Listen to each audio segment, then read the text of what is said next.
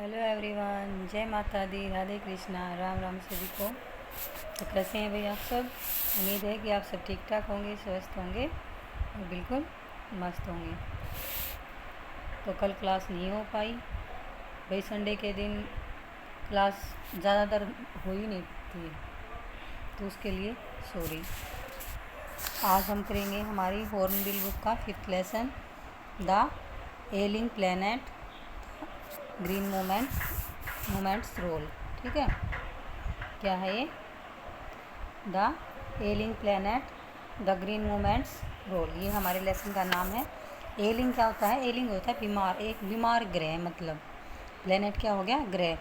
The green movements role, और green moment में इसका ग्रीन मोमेंट का इसमें क्या रोल है, ये सब हम देखेंगे। ये लिखा किसके द्वारा गया है? ये लिखा है नानी पालखीवाला ने, और ये एक मतलब स्टोरी ने होके ये एक लेख है, एक आर्टिकल है जिसको नानी पालखीवाला ने लिखा है। ठीक है, तो फिर आइए हम स्टार्ट करते हैं। जैसे कि the following article was written by Nani Palkhivala and published in the Indian Express on 24 November 1994।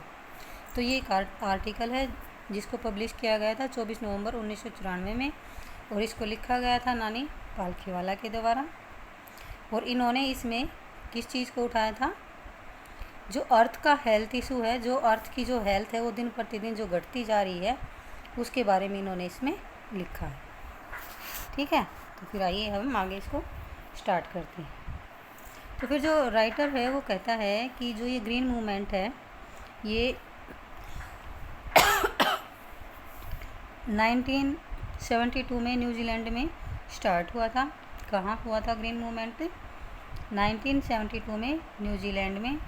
और यह मतलब एक क्रांति की बात थी। तो जो यह एक क्रांति है, ये एक मूवमेंट था, लोगों को हमारे जो एनवायरनमेंट है, पर्यावरण है, उसके संरक्षण करने की आवश्यकता के बारे में जागरूक करने का काम करता है। मतलब जो ग्रीन मूवमेंट है वो क्या काम करता है? वो लोगों को अवेयर करता है किसके प्रति? पर्यावरण संरक्षण के प्रति। तो मतलब इसने पूरे वर्ल्ड में ये काम किया, संसार भर में ये जागरूकता की है कि भाई धरती भी एक जीवित प्राणी है। ठीक है, ये कहते हैं कि भाई जैसे ही कोपरनिकस ने ये बताया है कि जो पृथ्वी है वो सूर्य के चारों ओर चक्कर लगाती है, तो भाई ये मानना शुरू कर दिया है कि जो पृथ्वी है वो भी एक जीवित प्राणी है, और यह एक बहुत मतलब विशाल प्राणी है। ठीक है, हम इसके अंग हैं। जो पृथ्वी है वो एक विशाल प्राणी है और हम इसके अंग हैं। आज जो है ये धरती बीमार है, यानी इसकी जो हेल्थ है वो दिन पे दिन डिक्लीन होती जा रही है, घटती जा रही है, इसका स्वास्थ्य गिरता जा रहा है। फिर क्या है, जो 1987 में जो एनवायरनमेंट और डेवलपमेंट, जो पर्यावरण और विकास विश्व कमीशन ने इस चीज़ को एक कॉन्सेप्ट दिया, इसकी प्रगति की धारणा के बारे में एक जो प्रसिद्ध कॉन्सेप्ट था, वो कहते हैं क्या है कि इसमें विचार किया गया कि वह विकास जो वर्तमान की आवश्यकताओं को पूरा करता है, मगर भविष्य की पीढ़ियों की उनकी स्वयं की ज़रूरतों को पूरा करने की क्षमता को आघात पहुंचाए बिना। यानी क्या मैसेज दिया गया, क्या कॉन्सेप्ट दिया गया कि भाई हमें आज की जो हमारी आवश्यकताएं हैं उनको तो पूरा करना ही है, लेकिन हमारी जो भविष्य की जो पीढ़ियों की आवश्यकता हों उनको बिना आघात पहुंचाए। यानी भाई हमें हमारी भविष्य में आने वाली पीढ़ियों के लिए भी बचाना है। ये नहीं कि आज ही हम अपनी ज़रूरतों को पूरा करते रहें और भविष्य में जो हमारी पीढ़ियाँ आए उनके लिए सब कुछ नष्ट बंजर मिले उन्हें। तो हमें ऐसा नहीं करना है। हमें उनकी जो आवश्यकताओं को पूरा करने की जो क्षमता है उनको बिना आघात पहुँचाए अपनी आवश्यकताओं को पूरा करना है। मतलब कि उन प्राकृतिक संसाधनों को नष्ट नहीं करना है जिनकी आने वाली पीढ़ियों को भी आवश्यकता पड़ेगी। ठीक है, फिर क्या कहते हैं कि लुसाका जाम्बिया के एक जू में, एक चिड़ियाघर में एक केज है, एक पिंजरा है, और उसके बाहर लिखा है कि संसार का सबसे खतरनाक जानवर। कहाँ है ये? लुसाका जाम्बिया में। क्या लिखा है उसके बाहर? संसार का सबसे खतरनाक जानवर।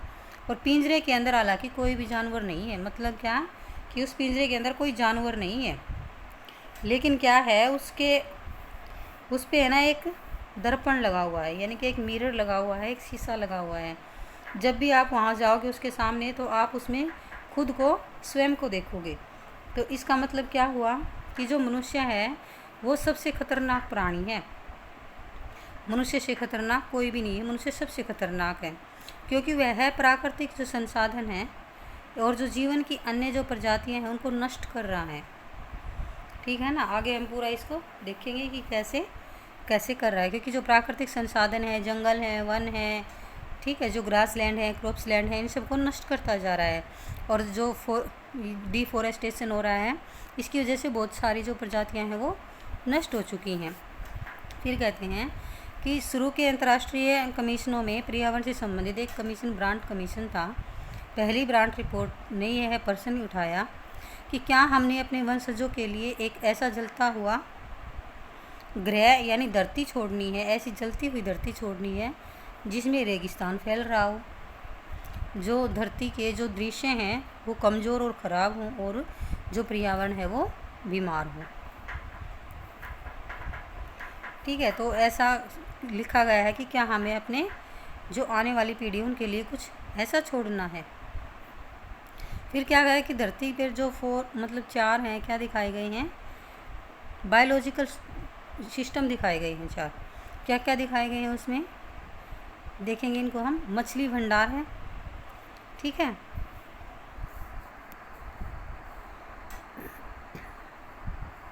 एक सेकंड,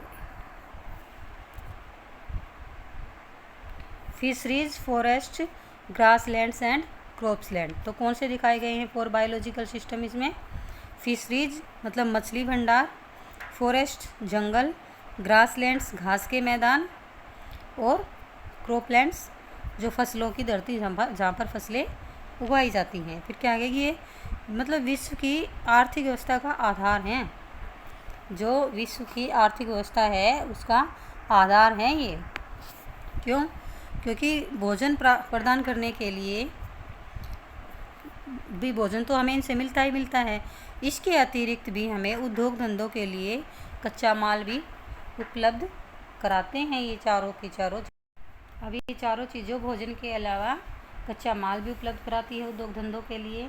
फिर कहते हैं कि मगर जो मनुष्य है वो इनको है ना प्रणालियों पर मतलब बहुत अधिक दबाव बना रहा है, बहुत अधिक दबाव डाल रहा है, और ऐसे स्तर पर पहुंच गया है, ऐसे स्टेज पर चला गया है वो कि जहाँ जो इनकी उत्पादकता है, जो इनका प्रोडक्शन है उसमें नुकसान हो रहा है।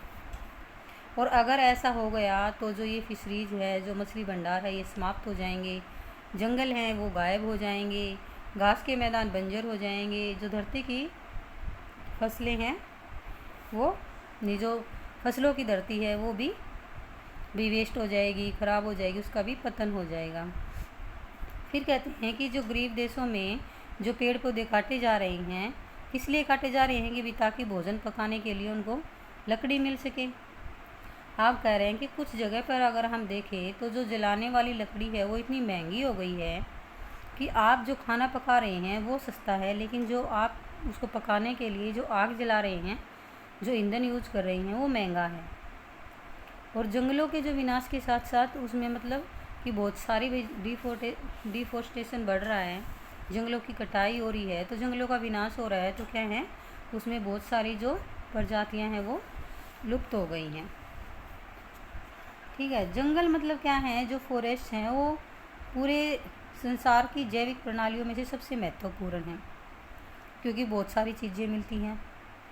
लकड़ी अकेली लकड़ी नहीं मिलती, दवाइयाँ के लिए भी फूल पत्तियाँ का जो यूज किया जाता है, भी दवाइयाँ भी मिलती हैं, इनसे बनती हैं।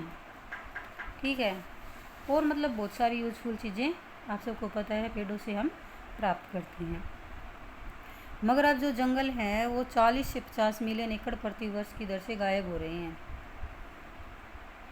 और जो ये एनिमल डंग होता है, गोबर होता है, और गोबर को जलाने के लिए बढ़ता हुआ प्रयोग मिट्टी को एक महत्वपूर्ण प्राकृतिक खाद से वंचित कर रहा है, क्योंकि भाई जो गोबर वगैरह है उसको उपले बनाकर बेच दिया जाता है, जिससे भी उनको कमाई भी होती है और वो एक ईंधन के रूप में यूज़ किया जाता है। अब क्या होता है, अब उसके तो उपले बनाकर उसको ईंधन के रूप में यूज़ कर लिया, लेकिन जो गोबर से जो खाद बनाई जाती थी, जो नेचुरल खाद बनाई जाती थी, उससे जो हमारी धरती है, जो हमारी मिट्टी है, वो वंचित हो रही है, जिससे क्या है, जो धरती की उपजाऊ शक्ति है वो कम हो रही है। फिर क्या बताया गया है कि 2000 में विश्व बैंक ने अनुमान लगाया था कि जंगल लगाने की दर में 5 गुना बढ़ोतरी करके ही ईंधन की लकड़ी की मांग को पूरा किया जा सकता है। मतलब जो लकड़ी की डिमांड है उसको पूरा करने के लिए पेड़ लगाने की, जंगल को बढ़ाने की 5 गुना दर बढ़ानी पड़ेगी। ठीक है, तभी इस डिमांड को पूरा किया जा सकता है। फिर क्या कहते हैं कि जो जेम्स स्पैथ हैं, उन्होंने कहा है कि हम प्रति सेकंड 1.5 एकड़ की दर से जंगल को खो रहे हैं, प्रति सेकंड 1.5 एकड़ की दर से। और एक रिपोर्ट के अनुसार क्या कहा कि भारत में 3.7 मिलियन एकड़ प्रति वर्ष की दर से अपने जंगलों को खो रहा है। जो भारत है उसमें 3.7 मिलियन एकड़ प्रति वर्ष की दर से जो जंगल हैं वो कम हो रहे हैं। और जो बड़े क्षेत्र हैं वहाँ पे, जिन्हें सरकारी तौर पर जंगल की धरती कहा जाता है, वास्तव में बिना वृक्षों के हैं, क्योंकि वहाँ से भी वृक्ष काट लिए जाते हैं। और जो जंगलों का वास्तविक नुकसान है वो सरकारी आंकड़ों से अधिक है। ये सरकारी आंकड़ों में जितना पाया गया उससे भी ज़्यादा रियल में उनका नुकसान हो रहा है। संयुक्त राष्ट्र द्वारा किया गया एक अध्ययन चेतावनी देता है, यानी हमें बताता है उसके बारे में कि पर्यावरण इतना अधिक बिगड़ गया है कि अब यह गंभीर अवस्था में है, यानी कि एलिंग अवस्था में है, बीमार पड़ गया है। ठीक है, पर्यावरण के नुकसान का एक सबसे मुख्य कारण बताया है भाई बढ़ती हुई जनसंख्या। अब जो राइटर हैं वो कहते हैं कि भाई जो संसार में जनसंख्या में जो वृद्धि है वो मानव समाज के भविष्य को बिगाड़ने में एक शक्तिशाली तथ्य है। मानवता को अपने पहले बिलियन तक पहुंचने में 10 साल लगे थे और यह संसार की 1800 में कुल जनसंख्या थी, मगर 1900 तक एक अन्य बिलियन जनसंख्या बढ़ गई, यानी कि 1 बिलियन और बढ़ गई और 2 बिलियन हो गई। हर 4 दिनों में संसार की जनसंख्या 10 लाख बढ़ती जा रही है। जनसंख्या की बढ़ोतरी को रोकने के लिए विकास एवं शिक्षा महत्वपूर्ण। ऐसा इन्होंने क्यों कहा है? क्योंकि जो गरीब लोग हैं वो अधिक बच्चे पैदा करते हैं, वो अनएजुकेटेड हैं, उनको पता नहीं है। वो सोचते हैं कि घर में जितने ज़्यादा बच्चे होंगे उतना ही ज़्यादा कमाने वाले हो जाएंगे, लेकिन ये मतलब वो अनएजुकेटेड हैं, उनको चीज़ों का पता नहीं है, उनमें समझ नहीं है, इसलिए ऐसा ही करते हैं। उनको ये समझ नहीं है कि अगर 5 बच्चों की जगह अगर वो 2 बच्चे पैदा करेंगे, उन बच्चों को अच्छा पढ़ाएंगे लिखाएंगे, तो बच्चे कामयाब होंगे, तभी उनका सहारा बनेंगे, तभी अच्छा कमाएंगे। लेकिन अगर वो 5 बच्चे पैदा करेंगे, उनको खिलाने पिलाने का ही नहीं होगा, उनको पढ़ाने लिखाने का ही नहीं होगा, तो वो बच्चे उनको क्या कमा कर देंगे। तो कहते हैं कि जो गरीब लोग हैं वो अधिक बच्चे पैदा करते हैं और इस प्रकार गरीब गरीब ही रह जाता है और जो जनसंख्या है वो बेकाबू हो जाती है। फिर कहते हैं कि अगर हम बढ़ती हुई जनसंख्या पर काबू नहीं करेंगे तो हम गरीब ही रहेंगे,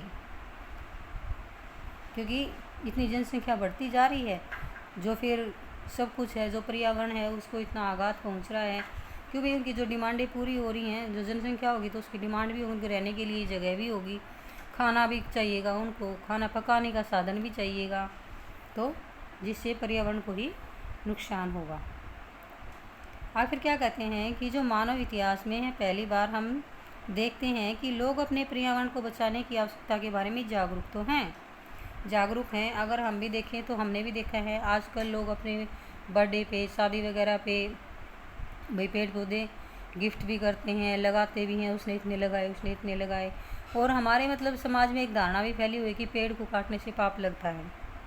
फिर कहते हैं कि अगर वही पेड़ काटना हमारी मजबूरी है, हमें उसे काटना ही पड़ता है, तो एक पेड़ को काट कर अगर हम 10 पेड़ लगा दें तो हम उस पाप से मुक्त हो जाएंगे। ये हमारे समाज में एक धारणा बनी हुई है। तो भाई अगर हम एक पेड़ काटते हैं तो उसके बदले में हमें 10 पेड़ ज़रूर लगाने चाहिए। फिर जो ये मिस्टर लेस्टर ब्राउन हैं, ये कहते हैं कि हमें ऐसा सोचना चाहिए कि जो ये धरती है ये हमें अपने पूर्वजों से विरासत में नहीं मिली है, हमने इसे अपने बच्चों से उधार लिया है। क्योंकि अगर हम ये सोचेंगे कि हमें अपने पूर्वजों से मिली है तो हम इसकी केयर नहीं करेंगे। वो सोचते हैं कि भाई पूर्वजों से मिली है, उस पर हमारा हक है, हम उसको किसी तरह से भी यूज़ कर सकते हैं। लेकिन अगर हम ये सोचेंगे कि हमने इसे अपने बच्चों से उधार लिया है, तो उधार ली हुई चीज़ को तो चुकाना पड़ता है, उसको फिर सेफ रखना पड़ता है। तो हमें ऐसा सोचना चाहिए कि हमने इसे बच्चों से उधार लिया है ताकि हम उसको सेव कर सकें, ठीक है, उसको घटाने की बजाय बढ़ा सकें। तो ऐसा किसने कहा है? मिस्टर लेस्टर ब्राउन ने ऐसा कहा है। तो भाई ये था हमारा पूरा एक आर्टिकल। आई होप कि आप सबको समझ आया होगा। ये हमारे पर्यावरण से, हमारी अर्थ से रिलेटेड था। जो अर्थ की कंडीशन होती जा रही है वो दिखाई गई है, ठीक है, और उसको कैसे हमें बचाना है ये भी समझाया गया है। तो आई होप कि आप सबको समझ आया होगा। वीडियो को पूरा देखें, वीडियो को लाइक ज़रूर करें, और जो कोई भी पहली बार चैनल पर आया है तो प्लीज़ चैनल को सब्सक्राइब ज़रूर करें और बेल आइकन को हिट करें। Thanks for watching.